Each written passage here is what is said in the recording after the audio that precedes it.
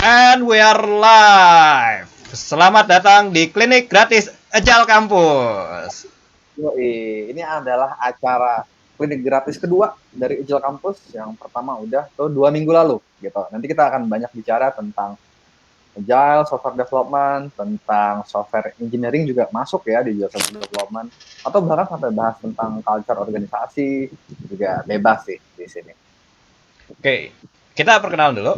Saya Mufid, saya technical consultant di Agile Kampus. Saya punya pengalaman 7 tahun lebih di software development. Saya pernah menangani credit card processing, IoT device, ERP software, itu saya pernah nangin. Rizky. Oke, Mufid emang orangnya nggak suka bragging. Dia adalah pembicara di konferensi Ruby loh di Indonesia. Dan aktivis lah, aktivis engineering. Nah, kalau saya, Rizky Saiful, saya itu adalah mantan trainer Scrum. Jadi dari 2013 sampai 2019 trainer Scrum. Terus sekarang jadi Culture and Engagement Lead di Altera, dulunya Spulsa. Gitu, jadi bergerak lebih luas lagi ke level organisasi secara umum, cuman tetap tentang cara kerja, mindset aja. Oke. Ya, hari ini kita akan bahas apa nih, Pol? Wis. Seperti biasa, bakal sama materinya kalau buat yang basic gitu. Jadi emang ini klinik gratis juga bagus untuk teman-teman yang nol atau mungkin basic banget di Agile Software Development. Tetap kok 5 hal revolusioner yang dibawa Agile Software Development gitu. Cuman mungkin belajar dari yang sesi pertama. Kalau emang ada pertanyaan, tinggal tanya aja. Ini ada Mbak Lilis ya yang udah datang ya. Kalau mau tanya, aku potong aja gitu tentang sesi ini. Nah, setelah sesi itu bakal pertanyaan bebas. Gitu. Mbak Lilis boleh tanya, atau mungkin Mufid dan aku saling tanya juga boleh gitu. Kita ngobrol-ngobrol santai aja. Oke. Ya, kita bisa mulai. Silakan nih, Pol. Thank you, Fit. Oke, di share screen dulu. Ya, sip. Jadi, 5 hal revolusioner gitu yang dibawa oleh Agile Software Development, di sini ASD gitu. Sebelum ke sana, aku mau cerita dulu. Emang apa sih masalahnya? Gitu. Masalahnya yang terjadi, ini berarti aku kasih konteks ya, ini di Amerika berarti, tahun 80-an, ya di negara-negara maju ya, yang lebih dulu pakai komputer, itu punya kondisi seperti ini gitu, bahwa kita nargetin nih mau ngerjain software setahun misalnya. Ternyata nambah 2 tahun gitu. Ini masih standar nih, nambah 2 tahun. Kok bisa? Banyak lah ceritanya. Requirement berubah gitu, emang ada yang emang belum jelas di awal gitu, atau mungkin ada technical issues, atau mungkin emang di awal ya malas-malasan aja gitu. Nah, terus saya akhirnya launching lah gitu. Launching udah telat, dan nggak lama setelah launching, softwarenya itu nggak dipakai gitu, fitur-fiturnya nggak bermanfaat buat user. Akhirnya ya masuk laci gitu, dan investasi 3 tahun ini jadi terbuang sia-sia. Oke. Nah, ini juga kita temuin di Indonesia gitu, dan nggak usah tahun 80-an ya, tahun ini mungkin juga masih ada nih proyek-proyek pengembangan software yang mengalami nasib seperti ini gitu. Dan problem berikutnya itu adalah, bener bener dikejar target, sampai begadang-begadang 2 hari. Ini teman aku yang bilang pernah kayak gini gitu, dan ya jadi badan pasti sakit gitu, dan bikin jadi banyak bugs. Nah, banyak bugs inilah yang juga berujung ke penderitaan berikutnya gitu, bahwa ntar jam 2 pagi di telepon suruh fixing bugnya, karena emang bugnya bikin perusahaan rugi gitu. Jadi 2 problem ini itu klasik banget, dan akhirnya para pakar di software development mikir gitu, ini apa emang kita yang, ya mohon maaf ya, bego banget gitu secara skill dibanding engineer engineer konstruksi misalnya, proyek-proyek yang lain, atau prosesnya yang bermasalah gitu. Dan mereka ambil kesimpulan prosesnya yang bermasalah. Itu bukan salah orangnya, bahkan bukan salah dari atasan gitu yang project sponsor yang punya uang, yang investor gitu-gitu. Jadi emang the whole proses itulah yang bermasalah gitu, makanya ini muncul. Nah, mereka secara sporadis, maksudnya masing-masing gitu, bereksperimen, bikin proses kerja yang emang beda banget sama paradigma project management waktu itu. Yang mana waktu itu project management mengacu ke ya project management yang udah dari zaman Firaun bikin piramida gitu, yang emang dibikin dulu blueprintnya dengan detail, terus masuk tahap berikutnya dikerjain satu persatu gitu, dan sebisa mungkin tidak ada revisi. Oke, yang mereka bawa itu ini bisa dilihat di 5 hal ini gitu. Kalau aku rangkum ya, 5 hal terbesar yang dibawa jadi software development gitu. Yang ya konkretnya sih Scrum, Stream Programming, dulu juga ada Crystal, sebelum mereka semua ada di SDM gitu. Mereka semua bawa 5 hal ini. Ya. Ini yang tadi aku bilang, yang hingga akhirnya tahun 2001 mereka bertemu dan memberi label Agile gitu ke diri mereka. Oke, pertama itu adalah minimum viable product gitu. Nah, ini kelihatan langsung ini antitesisnya dari yang gambar problems yang di sini gitu. Bahwa kalau emang mau bikin software, jangan punya plan yang gede, especially kalau emang softwarenya dari nol gitu. Punya plan kecil-kecilnya, sunat sebanyak-banyaknya gitu. Bukan berarti cuma tinggal satu fitur gitu, tapi disunat sampai hanya memvalidasi satu hipotesis. Nah, ini mungkin bahasanya aku kasih gambaran ya. Ya aku suka pakai WhatsApp gitu. Bayangin kalau kita pakai kalau kita jadi co-founder WhatsApp, satu hipotesis paling penting harus kita pastiin di awal itu adalah bener nggak sih orang itu mau nunjukin nomor teleponnya di grup gitu. Karena itulah konsekuensi kalau mau pakai kalau dulu kan ada PIN BlackBerry BBM ada PIN ya gitu. Kalau mau pakai nomor telepon sebagai PIN gitu. Dan mungkin orang mikir, wah ntar gue jadi di spam dong, mungkin ntar ada yang jahat tuh dan ada yang nelfon gue gitu. Nah itu ketakutannya kan. Nah kalau ketakutan itu salah, berarti WhatsApp bisa viral, bisa dipakai gitu, bisa ramai, dan pastinya secara finansial, wah bikin SMS gratis dong waktu itu gitu kan. Karena selain BBM ya masih bayar SMS buat komunikasi teks gitu. Nah itulah yang itu aja gitu yang dibuat supaya bisa jalan. Fiturnya apa aja? Apakah butuh ngirim gambar, apakah butuh emoji, ya bisa jadi gitu. Kalau emang menurut co-founder WhatsApp itu penting. Tapi yang pasti nggak butuh lah kita misalnya buat ngirim file, mungkin belum banget, buat call gitu, misalnya co-founder WhatsApp udah kepikiran, oh tuh bisa kok kita nelpon di lewat aplikasi gitu. Cuman ya itu bukan hipotesanya, itu another hipotesa buat divalidasi gitu. Kita fokus sama satu aja. Bener nggak orang mau pakai chatting gitu di grup, di peer to peer, dan nomornya kelihatan. Oke. Nah, habis itu dirilis. Setelah dirilis, masuk ke hal revolusioner kedua gitu. Bahwa ya nggak berhenti gitu. Tetap rilisnya sering gitu, dan sebisa mungkin lebih awal ya, early and often gitu. Nah ini ya jujur sih emang aku pikir banget ada kaitan dengan lahirnya internet gitu. Mungkin pas dulu buat ngerilis, buat ngedeploy pakai disket gitu, harus fisik datang ke tempat buat update, pasti painful. Nah dengan tahun 90-an kan juga lahirnya internet ya, itu jadi memungkinkan nih buat rilis cepat gitu. Jadi Agile software development ini juga dibantu internet kelahirannya.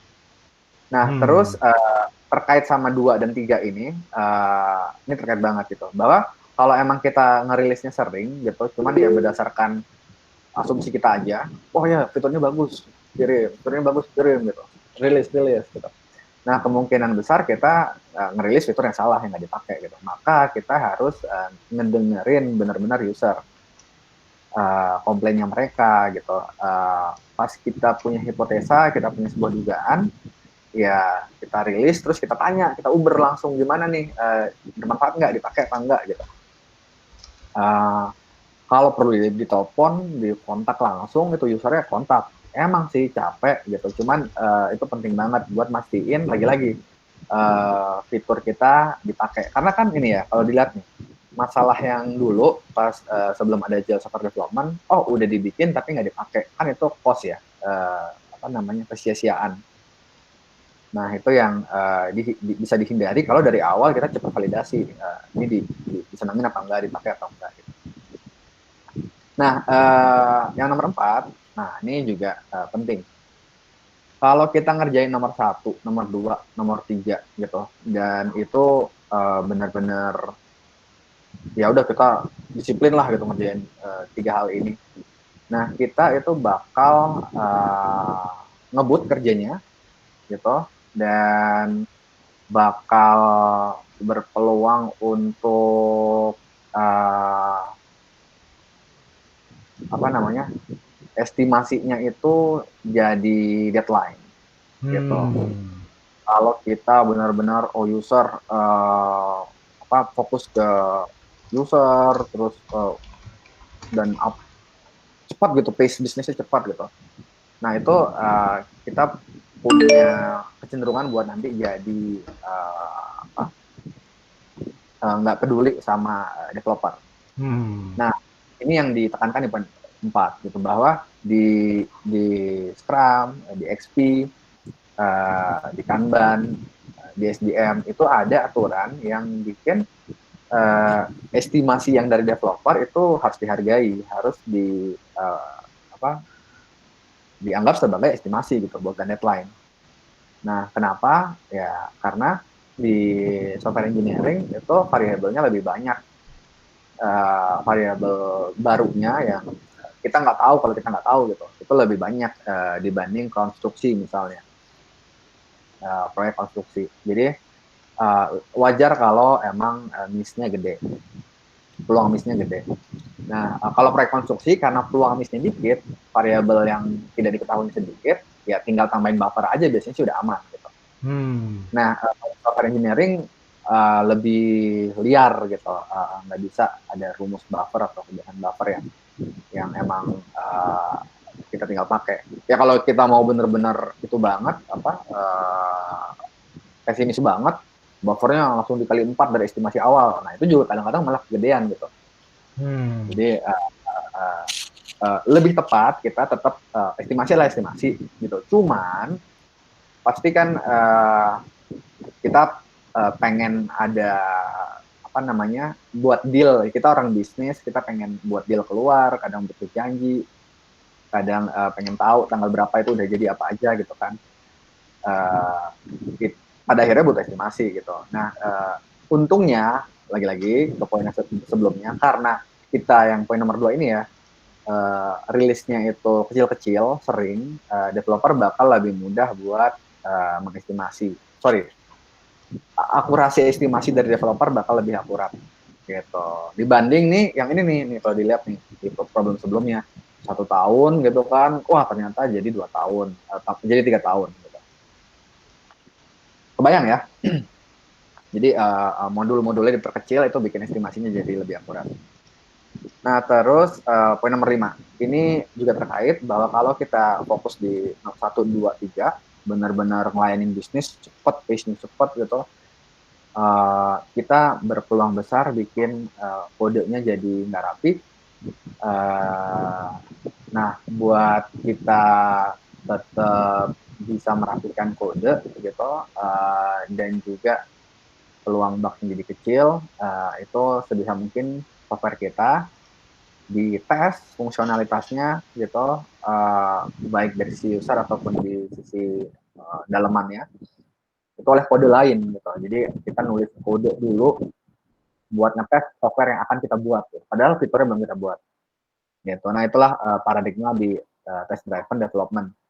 Ini juga populernya di bareng-bareng nih sama Agile Software Development. So, especially oleh extreme programming benar-benar dijadiin apa best practice buat dijalanin.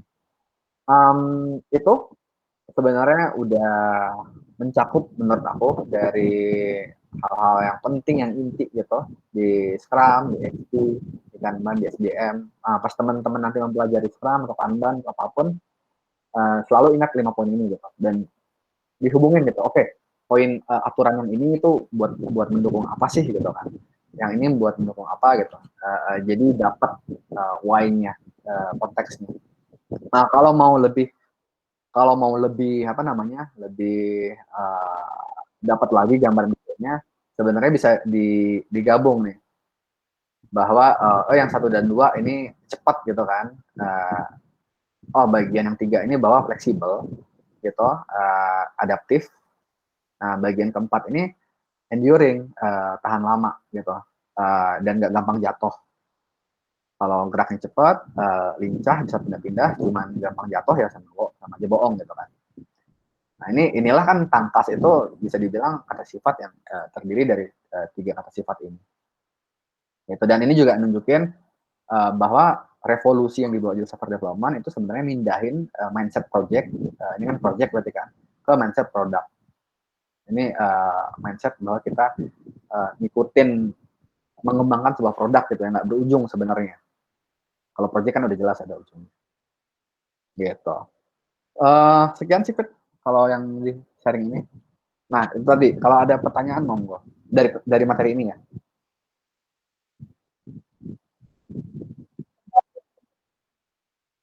Ya, oke, terima kasih banyak Ipul. Ya ini menarik banget ya kontennya ya. Ini kalau kita lihat lagi tadi kita tampilin lagi ya.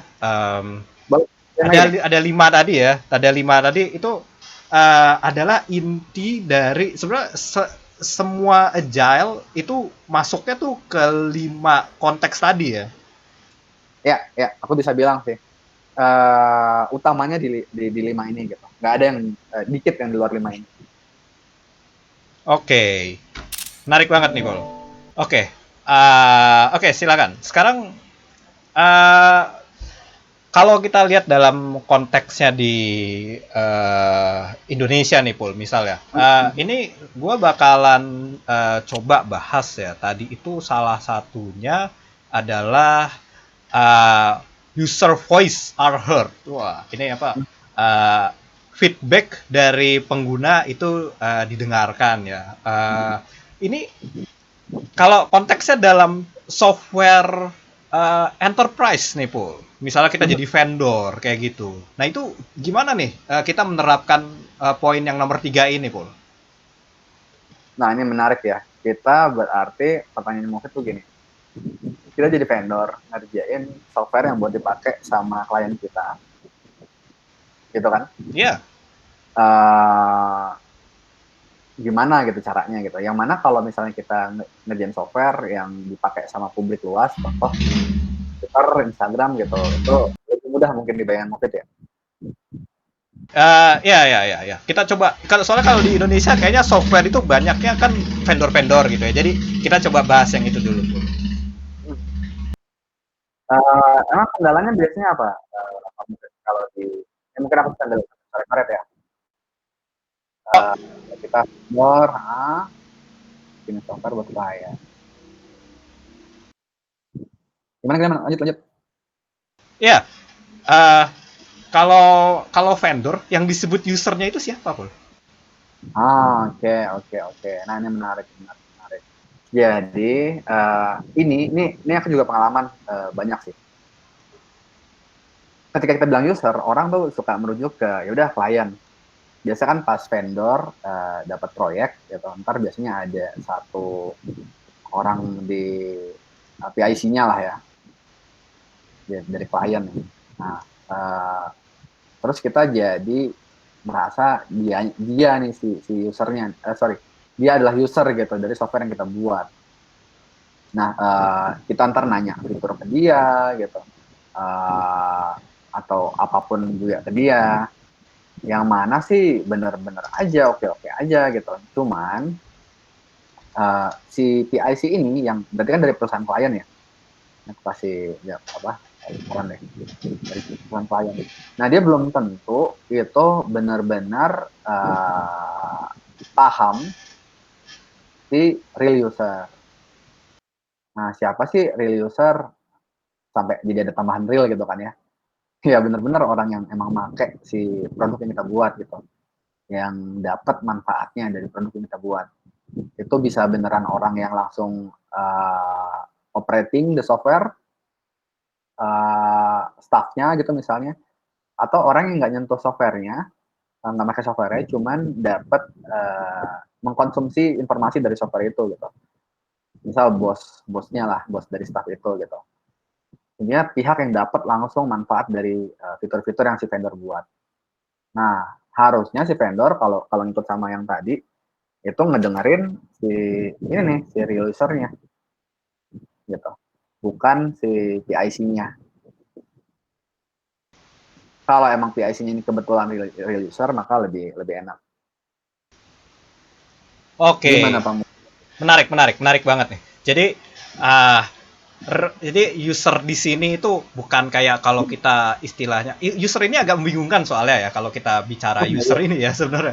Karena kan kalau kita misalnya login kalau kita pakai perusahaan software perusahaan itu ada account enterprise-nya gitu ya. Misalnya login ke Microsoft Exchange itu kan ada kita masukin user gitu ya. Tapi kalau kita lagi interview terus kita bakal kerja sama siapa nih? Nah, itu kan sebutannya juga user gitu ya. Nah, di sini juga kalau vendor ternyata ya usernya itu sendiri ini juga mungkin bagi orang-orang yang baru mengenal Agile itu mungkin akan sedikit kebingungan nih. Wah, user saya vendor. Oh, user. Itu ternyata ada real usernya. Nah, ini sangat sangat mencerahkan banget ini ya, Pul. Terima kasih banyak ini loh, Ipul. Oke. Itu nanya soalnya kayak sering ya masalahnya. Benar. Oke, ini kita sapa dulu nih. Ada Ibu Umi Saada, ada ini Mbak atau Ibu atau apa nih? Ibu Lilisya Ayum Sari dan ada Mas Gausilia Zain. Ya, selamat datang. Selamat datang. Kalau mau bertanya itu silahkan bisa langsung loh ya. Bisa langsung di unmute aja, bisa disela aja karena ini sesi interaktif, klinik gratis gitu ya. Kapan lagi kita bisa nanya, ngobrol-ngobrol gitu ya. Ya. Oke. Kalau Bu Umi langsung buka video tuh. Oh, wow. Oke. Ya, halo Bu Umi. Mungkin ada yang mau disampaikan atau ada feedback? Atau pertanyaan? Sorry sebentar Pak, ini tadi ada kendala. Kayaknya karena hidup dua-duanya jadi masuk. Ya udah. Ya, silahkan. Ya, oke. Terima kasih Pak Rizky. Apa kabar Pak Rizky? Apa kabar Bu Umi? Lama nggak jumpa. Oke. Terima kasih Pak Ufid juga. Ya, tadi sorry saya karena barusan join jadi belum ikuti dari awal, tapi sempat ikuti terkait dengan ya tadi benar. Jadi kadang-kadang kalau kita dapat project itu memang tadi mendefinisikan real user itu menjadi penting. Ya. Karena kalau kemudian kita tidak bisa mendefinisikan dengan tepat siapa real user, jangan-jangan kemudian apa yang kita ikuti itu kemudian bukan apa yang menjadi kebutuhan user beneran. Akibatnya ketika kemudian di-deliver ternyata malah nggak sesuai dengan ekspektasi pengguna, sehingga akibatnya nggak dipakai. Oke. Saya pengalaman nyata.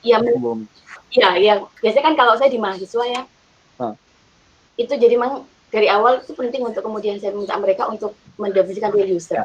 Nggak cukup kalau hanya dengan menggunakan asumsi, yang kadang-kadang itu ada bias ya dengan kebutuhan real user-nya. Dan kabar baiknya kalau di Scrum dengan adanya sprint review itu kan kita bisa mendengarkan langsung juga dari mereka feedback-nya seperti apa. Ya. Mungkin saya belum bertanya deh Pak Rizky, mungkin itu tadi aja sekedar apa yang menyampaikan yang saya alami dengan mahasiswa gitu. Terima kasih Pak Mujid, Pak Rizky. Terima kasih banyak Bu Umi. Jadi buat teman-teman yang tahu, Bu Umi ini adalah dosen di Surabaya, gitu, Politeknik Elektronika Surabaya. Jadi emang problem ya, makanya diingetin mahasiswa hari real user. Betul. Keren, keren, keren. Terima Ya, kasih Pak Rizky. Kayaknya belum digituin ya. Lupa ingat. Nah, gimana? Ada lagi kah pertanyaan yang lain? Bisa, sepertinya bisa luas banget loh. Bisa. Ini berarti udah apa? Pemaparan basic udah lewat ya. Tanya apapun.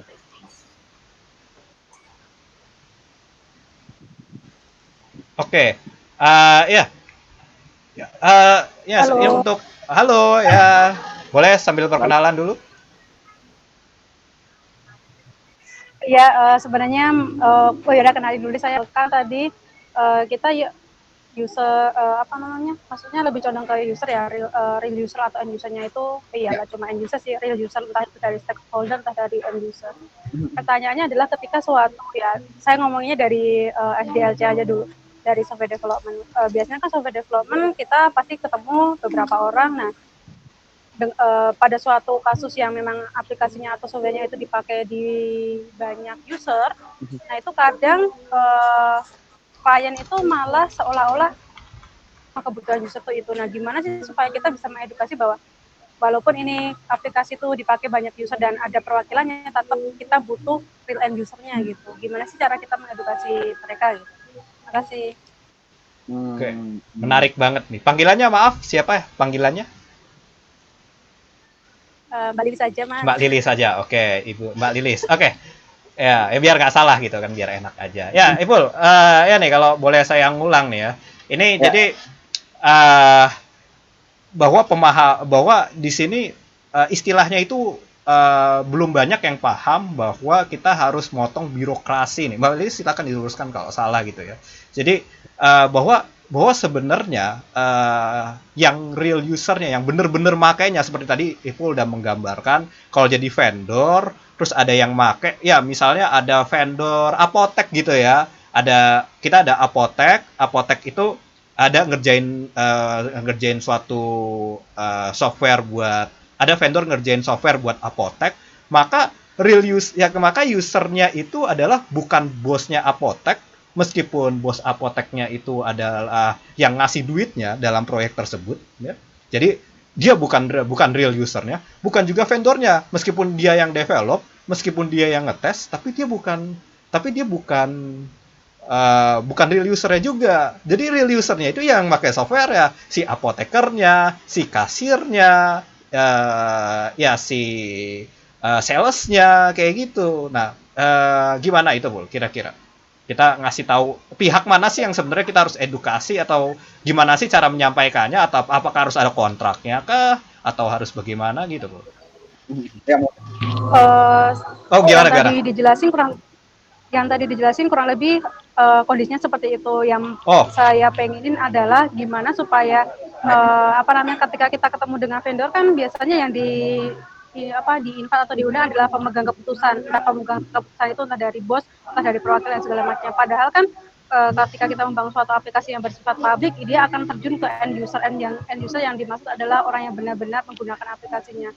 Nah, gimana sih supaya kita bisa mengedukasi para pemegang keputusan ini untuk melibatkan real usernya gitu. Mereka membuat mereka sadar bahwa kita tetap butuh menghadirkan user yang ada di lapangan loh gitu. Karena aplikasi kita kan yang pakai nanti mereka, walaupun pemegang keputusannya mungkin di beberapa level manajemen, tapi kan tetap dibutuhkan gitu. Nah, gimana sih kiatnya, ya bukan kiat sih, tipsnya untuk memberikan edukasi bahwa kita butuh real user yang nanti pakai dong, nggak cuma yang perwakilan aja gitu. jadi nggak salah bikin ya nanti. ya. Gitu. Terima kasih banyak Mbak Lilis. Iya. Nah, gimana itu nih Bul? cara buat meyakinkan? Karena kan dealnya berarti pasti sama yang bosnya ya, yang bos apoteker itu yang tadi Pak Mufid bilang. Nah ini Pak Mufid boleh nambahin, misal atau mungkin ada pengalaman gitu pas lagi jadi praktisi. Oke.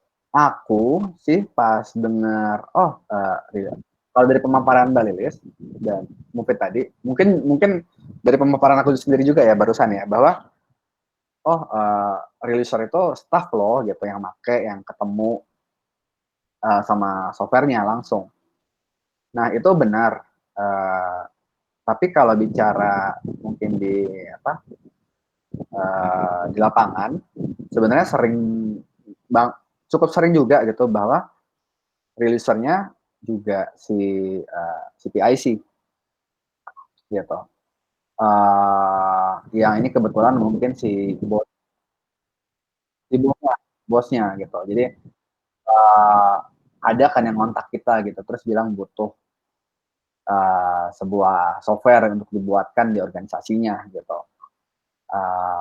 Si bos ini emang dia nggak day to day sama software, cuman pasti dia sebenarnya udah kebayang software ini nanti manfaatnya apa sih ke bisnisnya dia gitu. Nah, aku boleh tanya dulu ke Mbak Lilis, kalau pengalaman Mbak Lilis ini di mana? Di pemerintahan atau di swasta? Oh, kalau dari saya sih pengalamannya di BUMN gitu. Jadi emang ada suatu aplikasi yang ternyata kita develop dan membutuhkan banyak user, maksudnya jenis usernya. Ada yang di bagian ini, di bagian ini, di bagian ini gitu. Tapi pas eksekusi ternyata yaitu ada beberapa end usernya atau real PIC yang nanti menggunakan aplikasinya itu yang tidak diikutkan dalam develop si aplikasi tersebut, sehingga beberapa kesempatan kita ada beberapa miss yang ketika diterjun di lapangan gitu. Nah, kita gimana sih supaya bisa mengedukasi bilanglah si klien kita bahwa oh ini aplikasinya kayak gini ya, pakainya orang-orang ini. Nah, nanti gimana supaya kita bisa memberikan real lapangannya gitu. Ya, oke. Nah, ya aku cukup senang juga bahwa di BUMN ya ada kemungkinan cukup peduli sebenarnya si orang. Sorry Mbak Lilis, berarti posisinya vendor kan? Iya Mas, vendor. Besok kliennya si BUMN ini gitu. Nah, berarti di posisi si bos di klien ini, di BUMN ini, kemungkinan besar cukup peduli sama inisiatif ini gitu. Nggak cuma untuk ngabisin anggaran doang. Soalnya kalau emang itu kasusnya wajar sih bakal berakhir seperti itu gitu. Bahwa emang dia juga nggak punya kepentingan untuk bikin fiturnya bermanfaat pas dipakai sama real user. Tapi kalau emang dia harus maksimalin investasi ini, value-nya, manfaatnya itu harus dimaksimalkan sama dia, berarti dia punya kepentingan. Nah, aku mungkin saran justru agak di luar Scrum lah, atau software development lah gitu. Jadi Mbak Liz pernah nonton itu nggak video TED yang terkenal, video TED yang famous, cari aja TED gitu, terus Why, terus Simon Sinek. Pernah nonton nggak Mbak? Kalau Simon kayaknya sempat nonton sih, tapi kalau yang spesifik topiknya apa kayaknya belum deh. Mungkin nanti bisa salah satu share. Terima kasih. Yang dia menjelaskan ini nih, bahwa pas kita mengkomunikasikan sesuatu ya dulu gitu. Nah, baru ntar ke how-nya, baru ntar ke what-nya. Ingat nggak, Mbak? Nah, kalau emang nggak ingat, saranin nonton. Nah, ini yang kita bisa bantu si bos ini untuk start dari why gitu. Pas emang pengen ngejalanin sebuah inisiatif sebelum deal ini ya, di awal banget gitu. Kita mulai dari why-nya dulu. Emang kenapa sih software ini perlu dibuat gitu? Itu dia harus bisa jawab secara dalam gitu. Nah, pas misal jawaban mereka kurang dalam, wah kita butuh, soalnya emang harus ada Mbak gitu. Karena buat diminta bos gitu. Nah kalau kayak gitu berarti Mbak Lilis sebagai vendor harus kejar, oke Mbak, bosnya Mas siapa sih gitu, boleh nggak saya ketemu buat tanya kenapa butuh ini. Dan kalau ya ntar Mbak Lilis pindah lagi ke atas ya, hierarkinya yang di atas itu di klien itu. Dan sampai kalau dia juga ngasih alasan yang kurang jelas, kurang dalam, kurang fair, Mbak tanya lagi kenapa gitu. Nah, Mbak juga bisa googling di internet, itu ada exercise namanya 5 whys. Jadi coba tanya kenapa 5 kali gitu. Kalau belum 5 kali itu ada kemungkinan belum dalam landasan dari sebuah inisiatif. Nah, mungkin biar lebih konkret deh, yang kasus Mbak ini kalau nggak konfidensial itu software apa ya? Halo Mbak Lilis. Terputuskah? Halo. Ya, halo, maaf agak terputus tadi. Software apa ya kalau nggak rahasia? Kalau boleh di share. Ini sih survei gitu sih, surveinya, tapi kan ada beberapa dinas yang bersangkutan sama apa namanya real user yang nanti disurvei. Nah itu kan ada beberapa user yang ya butuh banyak banget tuh Jadi kemana-kemananya. ya jadi ngumpulin data ya. Ya sebenarnya sih basicnya ngumpulin data, cuma karena dia di bidang kesehatan otomatis banyak melibatkan dinas-dinas yang lain gitu, alias usernya jadi banyak gitu kan. Ya, ya. Oke. Nah, berarti harus benar-benar clear kenapa sih surveinya diadakan gitu.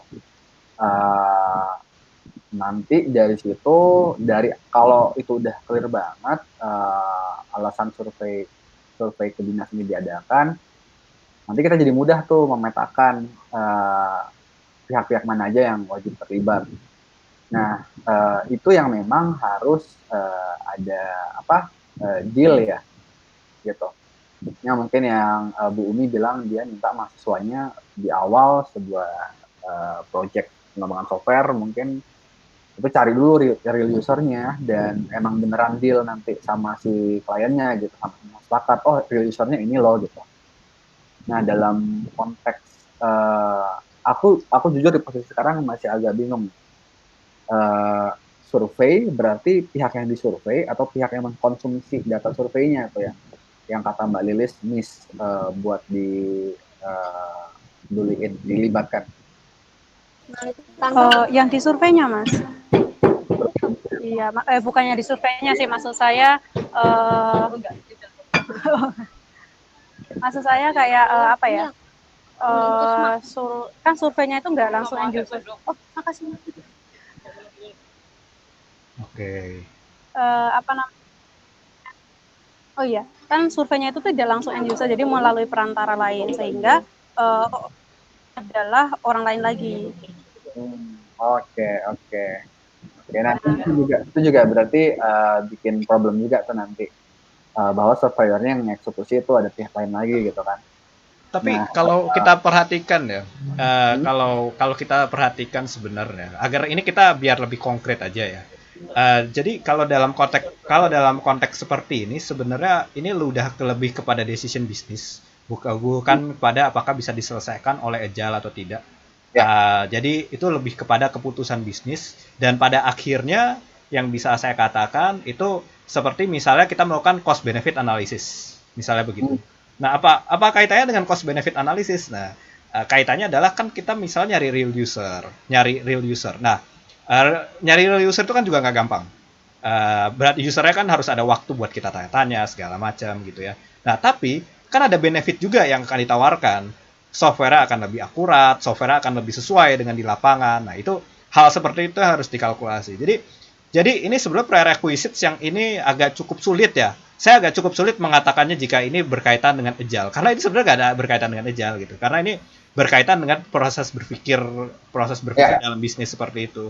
Dan itu sendiri sebenarnya banyak ya. Misalnya kayak ya kalkulasi resiko, apakah kita estimasi itu kan juga sebenarnya ada satu buku khusus tentang mengestimasi software kayak gitu. Nah itu juga hal yang menarik juga begitu. Jadi agile itu memberikan gambaran, misalnya dalam salah satunya itu dari 5 topik yang Ipul angkat tadi itu adalah salah satunya itu dia mencari feedback dari real user. Nah jadi mungkin di situ sih.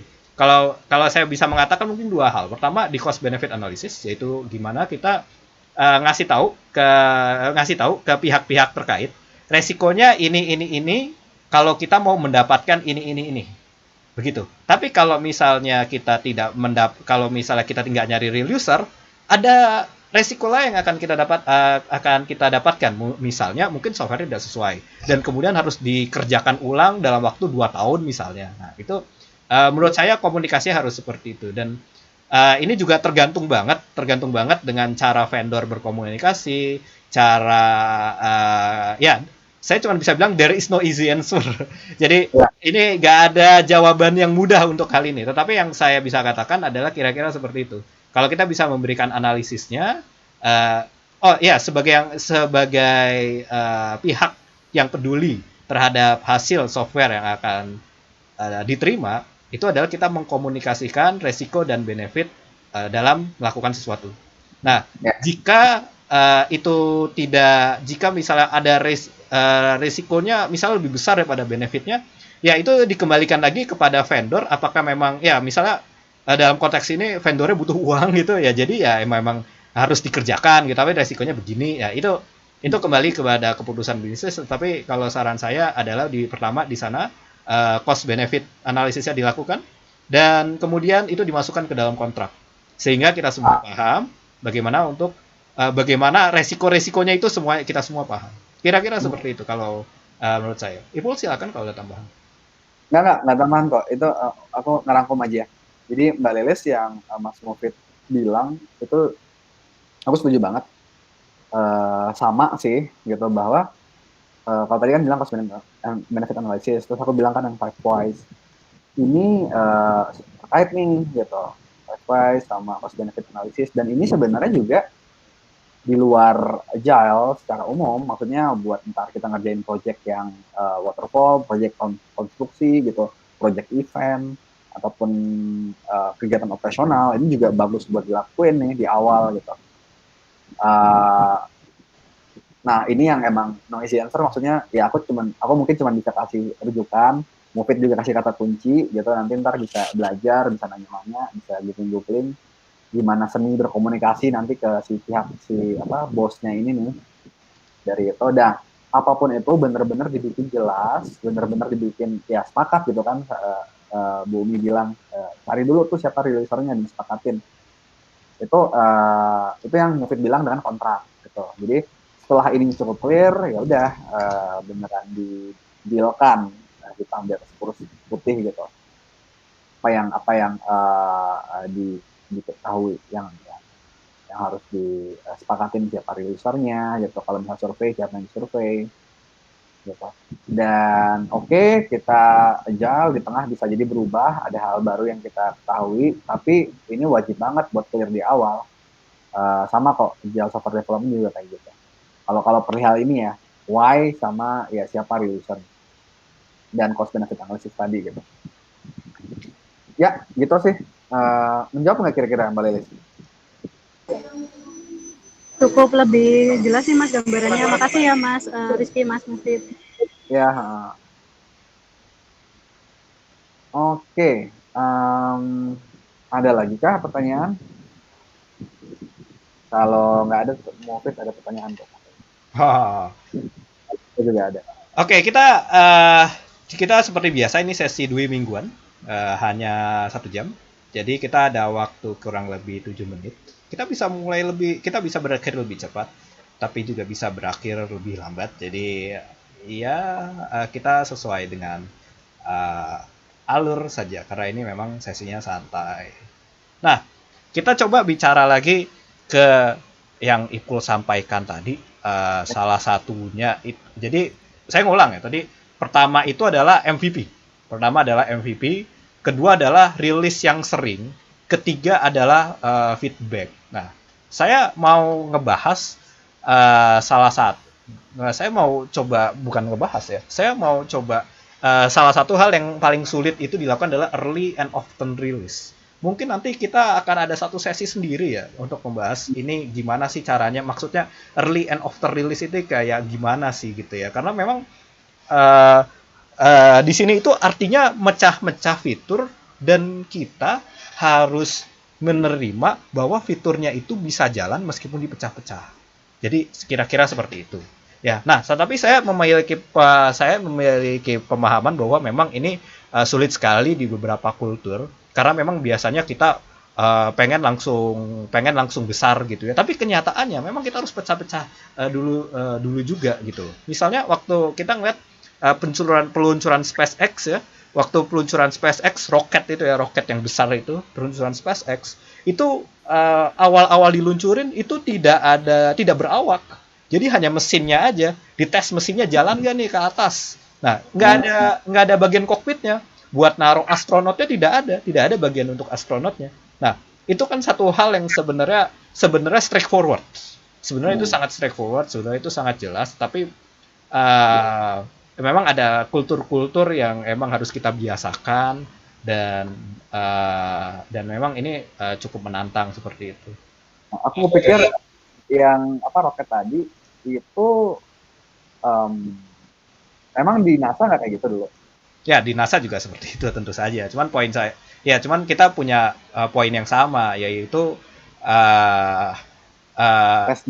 nggak harus semuanya selesai dulu untuk kita bisa lihat hasilnya. Betul. Jadi itu adalah hal yang memang sangat sulit untuk dilakukan. Ya memang kalau tidak terbiasa sangat sulit. Tapi kita tadi udah bahas banyak banget nih di poin 3. Mungkin poin 2 kita bisa bahas di lain waktu. Biasanya masalahnya ego gitu. Ya.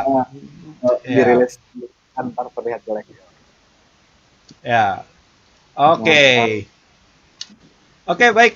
Kita sudah hampir 1 jam. Kalau begitu, kayaknya kita bisa tutup aja kali ya. Boleh. Oke, ya. Oke, kalau begitu terima kasih banyak rekan-rekan semua yang sudah hadir, sudah bertanya, dan sudah berpartisipasi dalam klinik gratis kedua, edisi 22 November 2020. Oke, dan seperti biasa, silakan ajak rekan-rekan lainnya untuk mengisi di MailChimp. Nanti linknya kita taruh di description di bawah. Dan kita ketemu lagi 2 minggu dari sekarang. Oke. Sorry, langsung aja deh. Berarti minggu pertama bulan Desember, tanggal 6 ya harusnya. Oke, jadi tanggal 6 Desember 2020, tanggal 6. Oke. Baik. Terima kasih banyak. Saya Mufid sebagai host dan Rizky sebagai pembawa acara utama. Kita pamit undur diri. Bye-bye, sampai jumpa. Bye.